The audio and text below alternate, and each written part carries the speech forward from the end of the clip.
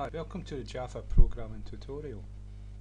The last tutorial we looked at repaint and how to stop the flickering. We didn't go into double buffering, but we'll do that in the future. And so what I'm going to show you in this tutorial before we do animation, because we're going to make this animation character move across the screen. What we're going to do is I'm going to show you how to take an image and turn it upside down. And reverse it in the other direction.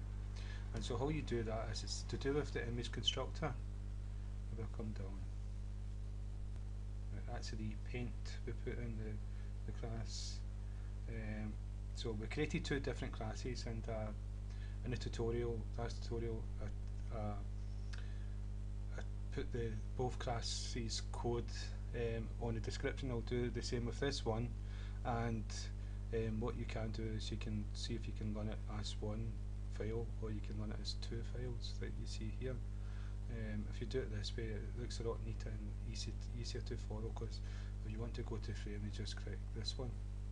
If you want to go and see the graphics, you go to this one. And so to reverse the image, I'll run the program again. So the program, that yellow bit there is a little bit from the character above this one, and that's a little bit of the character below. And so to reverse it, this is x1 here, this x1, and this is x2. Now x1 is 100 here, and x2 is 200, right? But if x2 was 200, then that would be over here, and if x1 was 100, then the image would be copied into this area the opposite way around. It wouldn't be facing that way to the right, it would be facing this way to the left. And it's the same for the top and the bottom. This here is y1 and this here is y2. Now if y1 is like 200, well, at the moment y1 is 200 and y2 is 100. Is that right? Yeah, y2 is 200 and y1 is 100. We swap them around. So y1 was 200 and y2 was 100. It will be upside down, and that's what I'm going to show you. And so what we've got is x1 and y1, x2 and y2, and we've got them up here.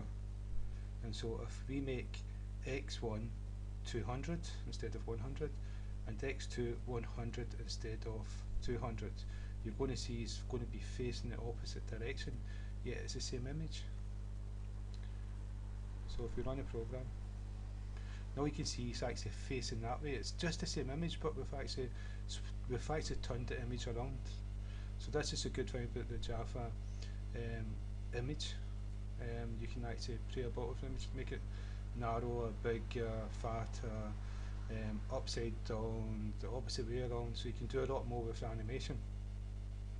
And so that means you could have this little man run across the screen, and when you go the other direction, you can have the little man run that way across the screen, and it's just a one picture.